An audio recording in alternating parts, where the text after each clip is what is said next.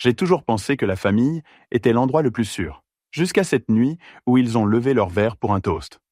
Puis ont glissé discrètement des preuves dans mon sac à dos. Ils voulaient ma chute. J'ai silencieusement retourné la situation, glissant la vérité dans la poche de celui qui avait tendu le piège. Quelques minutes plus tard, la police a fait irruption, les lumières rouges et bleues clignotant contre les murs, les regards paniqués se tournant vers moi. Je me suis levé calmement, levant les mains, les laissant me fouiller. Rien. Pas la moindre trace de ce qu'ils s'attendaient à trouver. Car dans ce jeu, le chasseur était devenu la proie. Bonjour, je m'appelle Julien Moreau. J'ai 33 ans et je vis dans un petit appartement au centre de Lyon. Je suis le chef comptable du groupe Beaumont Énergie et Infrastructure, le conglomérat énergétique et d'infrastructures géré par ma famille. Ça semble glamour, n'est-ce pas? Mais si vous regardez plus profondément, au-delà du vernis poli des galas arrosés de vin et des photos de famille parfaitement mises en scène, vous verrez une autre vérité. Une vérité que j'ai appris à accepter depuis longtemps. Je n'appartiens pas à leur monde. Ma famille, ou plutôt la famille Moreau, vit dans un hôtel particulier luxueux à Neuilly-sur-Seine, près de Paris. C'est un endroit où les murs blancs immaculés brillent sous la lumière du soleil et les jardins sont entretenus à la perfection. Mon père, Philippe Moreau, 63 ans, est le président du conseil d'administration de Beaumont. C'est un homme grand aux cheveux argentés méticuleusement coiffés et à la voix grave et métallique, froide comme l'acier lui-même. Pour lui, l'honneur et l'image de la famille sont tout. La vérité ne compte que si elle ne ternit pas le nom des Moreau. Je ne l'ai jamais vu sourire sincèrement, sauf quand il se tient devant les actionnaires ou signe un contrat de plusieurs millions d'euros. Ma mère, Viviane, 58 ans, est l'incarnation de l'élégance. Elle apparaît toujours dans des robes coûteuses, ses cheveux parfaitement bouclés et un sourire répété qui dissimule toute émotion réelle. Mais je sais que derrière cette façade se cache une femme vivant dans la peur. La peur de perdre sa place dans la haute société. La peur des chuchotements dans son dos lors des galas de charité. Elle essaie toujours d'apaiser les tensions dans la famille. Mais je sens l'inquiétude dans chaque mouvement de sa main, arrangeant ses cheveux. Et puis, il y a Mathieu, mon frère cadet, 28 ans, directeur du développement de projets chez Beaumont.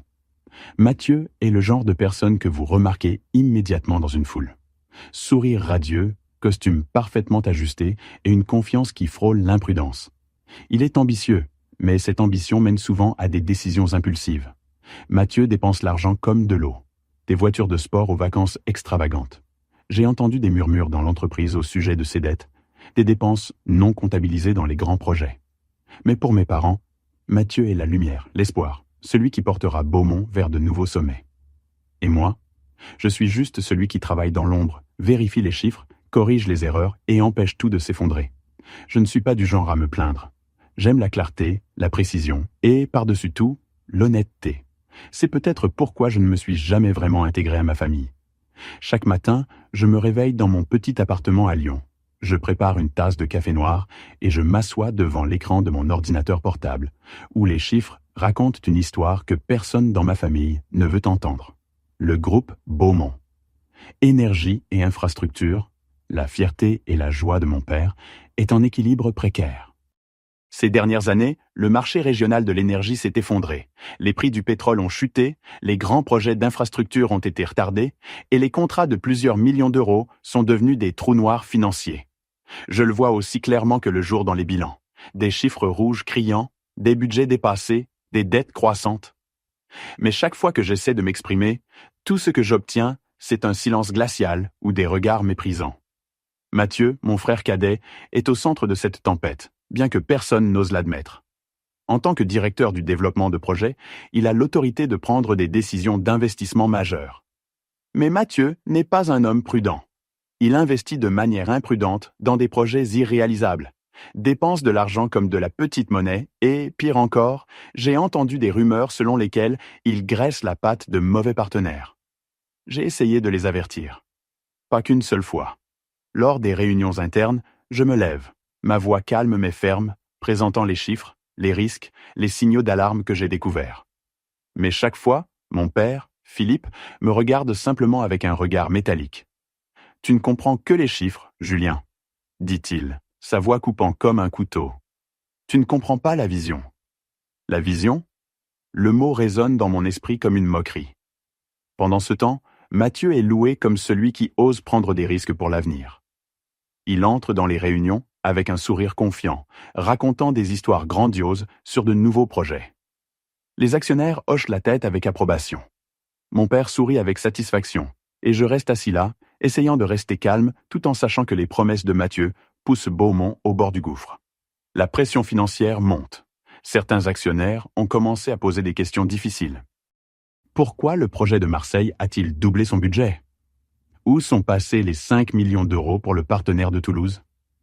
Je veux répondre, pointer du doigt les erreurs de Mathieu, mais chaque fois que j'ouvre la bouche, mon père ou Mathieu m'interrompt. Et puis, comme s'il suivait un scénario écrit, ils commencent à me blâmer. Julien doit mieux contrôler les rapports financiers, dit Mathieu avec fluidité.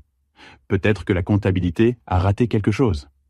Mon père hoche la tête, ses yeux suggérant que j'ai échoué. J'ai l'impression d'étouffer. Chaque nuit, je rentre chez moi la tête lourde, j'ouvre mon ordinateur portable et je révise chaque chiffre, chaque transaction. Mais plus je creuse, plus je réalise que quelque chose ne va pas. Certaines dépenses sont cachées, enregistrées sous des codes vagues. Quelques comptes internes auxquels j'avais accès sont maintenant verrouillés. J'ai essayé de demander à Mathieu, mais il rit simplement, me tapotant l'épaule comme un enfant. « Tu t'inquiètes trop, Julien. Tout est sous contrôle. » Mais je sais que rien n'est sous contrôle. Quelque chose est dissimulé et on me pousse sur le côté. Ma relation avec mon père est devenue encore plus tendue. Dans un rare moment où je l'ai confronté directement, j'ai demandé sans détour « Papa, y a-t-il quelque chose qu'on ne me dit pas ?» Il m'a regardé, son regard perçant, et a répondu « Julien, ton travail est de maintenir les chiffres corrects. N'essaie pas de faire des choses au-delà de tes capacités. » Ces mots étaient comme une gifle. Ils m'ont fait réaliser que pour lui, je n'avais jamais vraiment fait partie de la famille Moreau. Ma mère, Viviane, sent la tension entre nous. Elle essaie de médier, comme toujours. Un après-midi, elle m'a appelé à l'hôtel particulier. « Julien, ne laisse pas les choses aller trop loin. Notre famille doit rester unie. » Je l'ai regardé, voulant dire que cette famille n'avait jamais été unie. Mais j'ai simplement hoché la tête, sachant que mes mots ne changeraient rien. Au fil des jours, j'ai l'impression de marcher sur une corde raide. Je sais que Beaumont est au bord d'une crise, et je sais qu'on me positionne comme celui sur qui la faute retombera. Mais je ne peux pas m'arrêter. Je continue à creuser, à examiner chaque transaction, chaque email. Et chaque fois que je trouve quelque chose de suspect, mon cœur bat plus vite. Pas par peur, mais parce que je sais que je me rapproche de la vérité. Après des semaines de tension, mon téléphone a vibré un après-midi. C'était ma mère, Viviane. Sa voix au téléphone était douce, inhabituellement douce. « Julien, chérie, demain soir nous organisons un petit dîner de famille à Neuilly-sur-Seine, juste pour arranger les choses. Tu viendras, n'est-ce pas ?» J'ai serré le téléphone, une vague d'inquiétude montant en moi. Arranger les choses? Notre famille n'avait jamais été assez proche pour avoir besoin d'arranger quoi que ce soit. Mais il y avait quelque chose dans la voix de ma mère, une fragilité rare qui m'a fait hésiter. Une partie de moi voulait croire que les choses pouvaient être différentes. Une autre partie, au plus profond de moi, murmurait que ce n'était pas juste un dîner. J'ai pris une profonde inspiration et répondu « Je serai là, maman ». Le lendemain après-midi, j'ai conduit sur les routes sinueuses menant à Neuilly-sur-Seine. L'hôtel particulier des Moreau brillait sous le soleil couchant. Je me suis garé devant le portail, sentant comme si je montais sur une scène préparée d'avance. La table à manger était impeccablement dressée. Nappes blanches immaculées, verres à vin étincelants et bouquets de roses rouges parfaitement disposés. Mais ce qui m'a frappé, c'était la liste des invités. Pas seulement la famille, mais les principaux actionnaires de Beaumont et quelques cadres clés. L'atmosphère était trop parfaite, trop impeccable. Ce n'était pas un dîner de famille. C'était une performance. Alors que je sortais de la voiture, mon téléphone a légèrement vibré dans ma poche. Un message d'un numéro inconnu. « Sois prudent, Julien. Quelqu'un veut te faire du mal. » Mon cœur s'est arrêté une seconde. J'ai regardé autour de moi, mais tout ce que j'ai vu, c'était le personnel s'affairant aux préparatifs. J'ai remis le téléphone dans ma poche, essayant de maintenir une expression calme. Mais à l'intérieur, chaque nerf était tendu. Qui a envoyé ce message? Et qui voulait me faire du mal? Je n'avais pas de réponse, seulement la résolution tranquille de marcher vers la maison où un piège m'attendait. À l'intérieur, la salle à manger était remplie de rires et de tintements de verre. Mon père, Philippe, se tenait en bout de table, vêtu d'un élégant costume noir, sa voix profonde résonnant tandis qu'il saluait tout le monde. Ma mère, dans une robe de soie émeraude, glissait parmi les invités avec son sourire parfait. Mathieu, comme d'habitude, était au centre de l'attention, riant bruyamment, tapant un actionnaire sur l'épaule et promettant des projets révolutionnaires. Je me tenais dans un coin de la pièce, un verre de vin à la main, essayant de me fondre dans l'atmosphère, mais mes yeux ne cessaient d'observer. Tout le monde souriait, conversait naturellement, mais quelque chose clochait. Le sourire de mon père était trop rigide. Le regard de Mathieu sur moi était trop furtif. Philippe et Mathieu ont tour à tour insisté pour que je boive. « Allez, Julien, un toast à la famille », a dit Mathieu en levant son verre, son sourire rayonnant mais ses yeux froids. Mon père a hoché la tête, ajoutant « Nous faisons tous des erreurs, mais la famille est l'endroit où nous pardonnons. » Les mots sonnaient chaleureux, mais ils ont envoyé un frisson dans mon dos. J'ai pris une gorgée de vin, mais dans mon esprit, ce message anonyme continuait à rejouer. Je me suis excusé pour aller aux toilettes. Quand je me suis retourné pour revenir, j'ai aperçu Mathieu s'approcher de mon sac à dos posé sur la table, se penchant et l'ouvrant pour y glisser quelque chose. Ces mouvements si rapides qu'ils étaient presque imperceptibles. Mon cœur a battu, non par peur, mais parce qu'un soupçon prenait forme. J'ai fait semblant de ne pas remarquer, mais dans mon esprit, les pièces commençaient à se connecter. Pendant que Mathieu et mon père étaient absorbés dans une conversation avec un actionnaire majeur, je suis retourné discrètement à mon sac. Mes mains tremblaient légèrement alors que je l'ouvrais, et comme je le soupçonnais, il y avait une enveloppe inconnue glissée entre les papiers. Je l'ai ouverte prudemment, m'assurant que personne ne voyait. À l'intérieur se trouvait un contrat de partenariat avec un concurrent de Beaumont, portant ma signature, mais je savais que ce n'était pas la mienne. Il y avait aussi une carte bancaire et une clé USB. J'ai pris une profonde inspiration, sentant comme si le sang dans mes veines s'était transformé en glace. Il me piégeait pour me faire passer pour un détourneur de fonds, un traître. Toutes les dépenses louches, les projets ratés, il voulait tout me mettre sur le dos. J'ai fermé l'enveloppe, mon cœur battant, mais mon esprit n'avait jamais été aussi clair. J'ai regardé autour de moi. Mathieu riait toujours, mon père hochant la tête à un invité, ma mère occupée avec son verre de vin. Personne ne me regardait. J'ai discrètement glissé l'enveloppe dans la poche intérieure de la veste de Mathieu, qui était accrochée sur une chaise voisine. Mes mouvements étaient rapides, silencieux, indétectables. Je suis retourné à la table, affichant un léger sourire, comme si rien ne s'était passé. Mais à l'intérieur, je savais que le jeu venait de commencer, et je n'avais pas l'intention de perdre. Alors que la fête atteignait son apogée, la musique s'est brusquement arrêtée. La porte de la salle à manger s'est ouverte brusquement, et 2 policiers sont entrés, leurs uniformes bleu foncé contrastant fortement avec le décor opulent. Derrière eux se tenait un homme d'âge moyen en costume. Il s'est présenté comme représentant de l'inspection financière d'Île-de-France. La pièce s'est figée. Les sourires se sont gelés sur les visages des invités. Le représentant s'est avancé, sa voix claire et froide. Nous avons reçu une plainte du groupe Beaumont Énergie et Infrastructure, accusant M. Julien Moreau de détournement de fonds et de transfert non autorisé d'actifs internes. Un murmure a parcouru les actionnaires. Ma mère a failli laisser tomber son verre. Mon père se tenait rigide. Mathieu, debout à quelques pas, a feint le choc. « Julien ? Impensable !» a-t-il dit, sa voix aiguë et théâtrale. Je me suis levé lentement, sentant tous les regards dans la pièce sur moi. Mon cœur battait, mais pas de peur. J'ai regardé directement le représentant, ma voix douce mais ferme. « Je n'ai rien fait de mal. Si vous le souhaitez, fouillez-moi. Je n'ai rien à cacher. » Mon père a hoché la tête aux officiers. « Faites votre travail. Nous voulons que la vérité éclate. » La police a commencé sa fouille. Ils ont ouvert mon sac à dos, feuilleté chaque document, vérifié mon ordinateur portable, mon téléphone, même mon portefeuille. Je restais là, les mains dans les poches, observant chacun de leurs mouvements. Rien. Pas un seul papier. Pas une trace de quoi que ce soit qui pourrait m'impliquer. Un officier a secoué la tête. Il n'y a rien de suspect, ici. J'ai vu Mathieu froncer les sourcils, ses yeux commençant à vaciller. Mon père restait immobile, mais sa main s'est serrée en poing. Je me suis avancé, ma voix toujours calme mais teintée d'acier. Peut-être cherchez-vous au mauvais endroit. S'il y a une plainte, il doit y avoir des preuves quelque part. Je suggère que vous vérifiez le directeur Mathieu Moreau. La pièce s'est figée à nouveau. Mathieu a laissé échapper un rire forcé. Julien, tu plaisantes? Je n'ai rien à voir avec ça. Mon père a froncé les sourcils. Ne fais pas perdre de temps à tout le monde, Julien. Mais je n'ai pas vacillé. Vérifiez simplement. S'il n'y a rien, je m'excuserai. Mathieu a haussé les épaules. Très bien, allez-y et vérifiez. Je n'ai rien à craindre.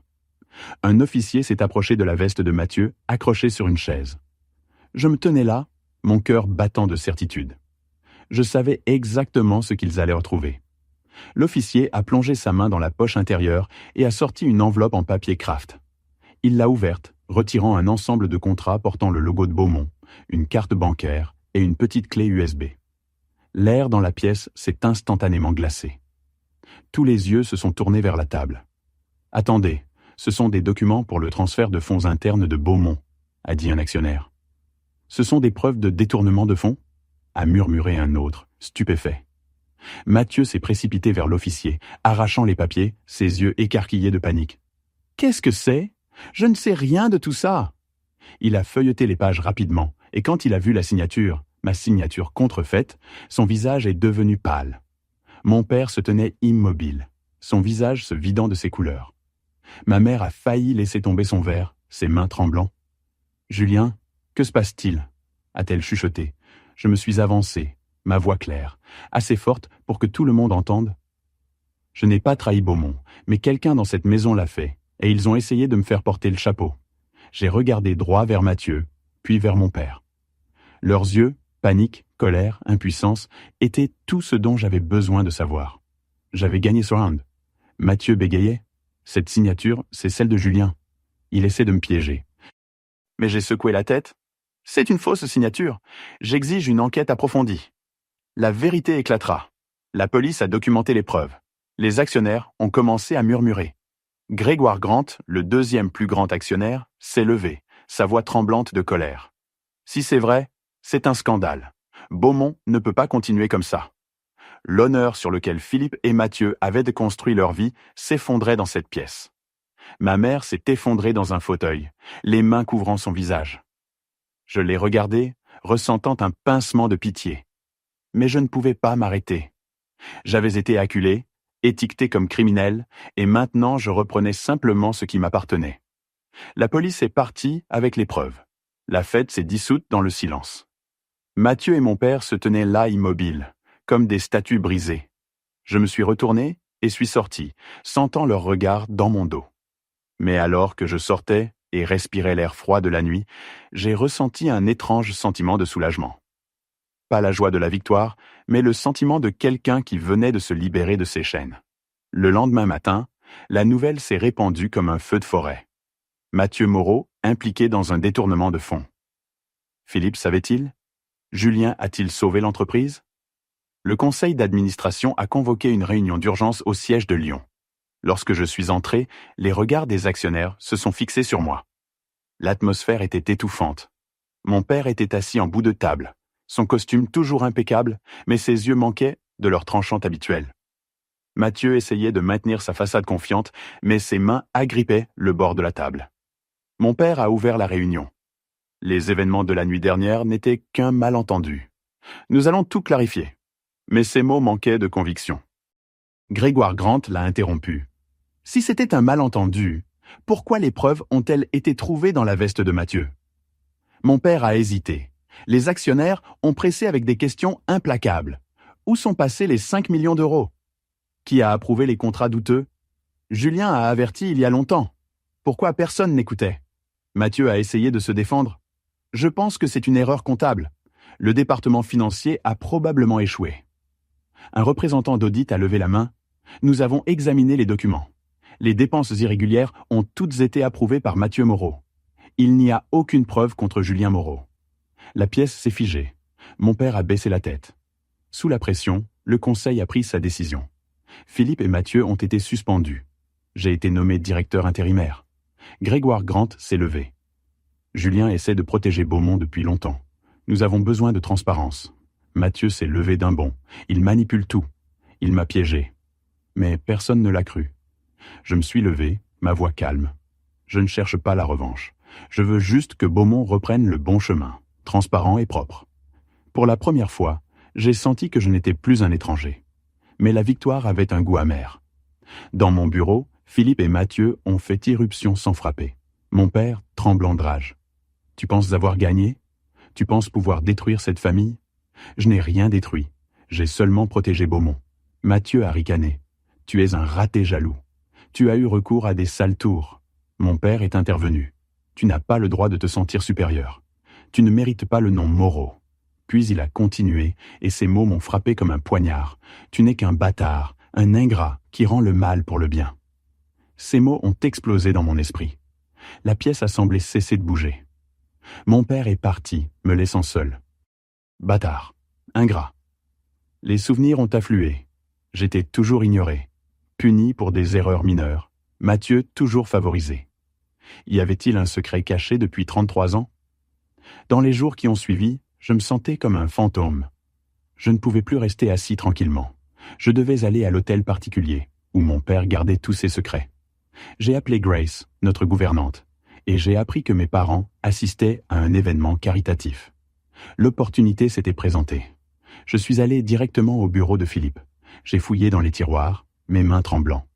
Finalement, dans un tiroir verrouillé, j'ai trouvé un vieux dossier scellé. Élise Laurent.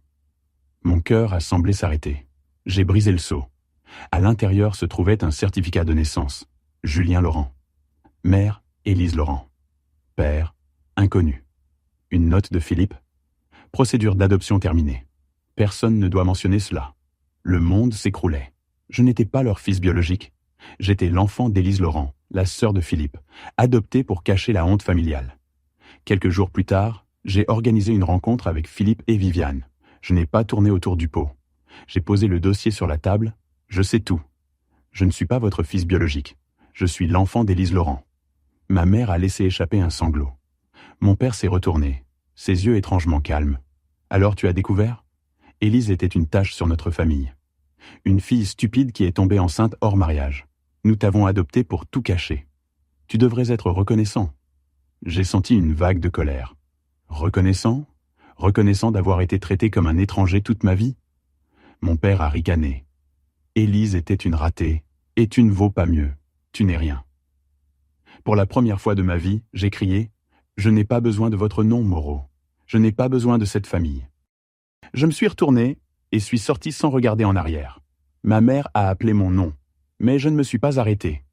Quelques semaines plus tard, le rapport officiel a été publié. Philippe et Mathieu avaient manipulé les finances de Beaumont. J'étais complètement blanchi. Les médias ont titré « Chute de la famille Moreau, corruption chez Beaumont ». Le conseil a révoqué Philippe et Mathieu de toute fonction. J'ai été nommé directeur de la restructuration. Je me suis plongé dans le travail. Révision des contrats, réduction des dépenses. Sous ma direction, Beaumont s'est stabilisé.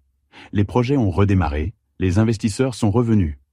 Grégoire Grant a déclaré « Julien, vous avez accompli l'impossible. Beaumont revient grâce à vous. » Mais un vide persistait. Qui était Élise Laurent ? Pourquoi avait-elle disparu ? Un soir, un message est apparu. Si tu veux connaître toute la vérité, viens au vieux café près de la Seine. Je reconnaissais le numéro, celui qui m'avait averti. J'y suis allé. Dans le café presque vide, une femme d'âge moyen m'attendait. Ses yeux étaient étrangement familiers. « Tu as tellement grandi, Julien », a-t-elle dit doucement. Mon cœur s'est arrêté. Élise Laurent, ma mère biologique, vivante, devant moi. Je t'ai regardé chaque jour, chaque année, mais ils ne me laissaient pas t'approcher. Ils ont dit que si j'essayais de te reprendre, ils nous détruiraient tous les deux. Alors j'ai disparu. J'ai laissé croire que j'étais morte. Et c'est moi qui t'ai envoyé ce message d'avertissement au dîner. Je ne pouvais pas les laisser te détruire. Maman, j'ai murmuré. Le mot est sorti naturellement. Elle a éclaté en sanglots, saisissant mes mains. Je suis tellement désolé, Julien, pour les années où tu as dû endurer la solitude. Tu ne méritais pas ça. Je ne pouvais pas parler. Je tenais simplement ses mains, la première fois de ma vie que je savais vraiment ce que signifiait rentrer à la maison. Elle m'a raconté son histoire. Il y a de nombreuses années, tombée enceinte hors mariage, Philippe l'a forcée à quitter la ville, à simuler sa mort pour protéger la réputation familiale. En échange, il m'a adopté. « Mais tu n'as jamais été mon erreur », a-t-elle dit, sa voix se brisant. Je me suis levé et l'ai enlacé. La première étreinte en plus de 30 ans. Toute la douleur semblait fondre. Je l'ai convaincu de quitter sa cachette. J'ai trouvé une maison modeste dans la banlieue de Lyon, avec un jardin. Le premier matin, nous avons bu du café ensemble, regardant la lumière filtrée à travers les feuilles. « Tu aimes les marguerites ?» a-t-elle demandé. J'ai souri. « Oui, maman. Elles sont comme toi, simples, mais fortes. » La maison est devenue mon sanctuaire. Chaque soir, je rentrais ici où ma mère m'attendait avec un dîner simple. Son jardin a fleuri, marguerites jaunes et lavandes violettes. J'ai appris à prendre soin des plantes, à vivre à nouveau. Un matin, je l'ai regardé s'occuper des fleurs, ses mains caressant doucement les pétales. Le chant des oiseaux se mêlait à la brise. C'était la pièce que nous pensions ne jamais avoir. Je n'étais plus Julien Moreau, l'étranger dans une famille mensongère. J'étais Julien Laurent, et j'avais trouvé ma famille, pas dans les murs polis de Neuilly-sur-Seine, mais dans cette petite maison avec la mère qui avait sacrifié sa vie pour me protéger. Ce soir-là, assis à la table de cuisine, j'ai pris un stylo et commencé à écrire. Pas des rapports, mais des pensées sur ce que j'avais traversé. Ma vie m'a appris que l'intégrité est une flamme qui ne s'éteint jamais. Chez Beaumont, je me suis battu pour la vérité. Il y a eu des nuits où je me demandais si je me jetais dans une bataille perdue. Je me souviens d'être assis dans mon bureau, vérifiant chaque chiffre, sachant que ma famille essayait de me détruire. Mais chaque fois que j'ai signé un rapport transparent, chaque fois que j'ai refusé les mensonges, j'ai senti la flamme brûler plus fort. L'intégrité, c'est faire ce qui est juste, même quand personne ne regarde, même quand cela coûte tout. Laissez l'intégrité guider votre chemin. Quand j'ai découvert le complot, j'aurais pu rester silencieux. Mais j'ai choisi de m'exprimer, et cela m'a sauvé. J'ai aussi appris que chaque blessure peut guérir avec du temps et de l'amour. Les années de rejet ont laissé des cicatrices profondes. Quand j'ai découvert ma véritable identité, je pensais que cette douleur ferait à jamais partie de moi. Je me souviens des nuits seules dans mon appartement, sentant mon cœur se déchirer. Mais en trouvant ma mère, dans les moments simples avec elle, arrosant les plantes, buvant du café, j'ai réalisé que mon cœur guérissait. Pas parce que j'avais oublié le passé, mais parce que j'avais appris à m'aimer. Soyez patient avec vous-même. Ne cachez pas votre douleur. Laissez-la exister. Laissez-la vous enseigner comment devenir plus fort. Quand je regardais ma mère s'occuper de ses marguerites, j'ai compris que la vie n'est pas d'effacer les cicatrices, mais d'apprendre à vivre avec elles et de trouver la joie dans les petites choses. Donnez-vous du temps et ouvrez votre cœur à l'amour. J'ai fermé le cahier et regardé par la fenêtre. Les marguerites de ma mère fleurissaient dans le clair de lune. Je ne savais pas ce que demain apporterait, mais je savais que j'étais prêt. Non pas comme Julien Moreau, qui avait autrefois vécu dans l'ombre d'une famille mensongère, mais comme Julien Laurent, qui avait trouvé la lumière dans la vérité, l'amour et en lui-même.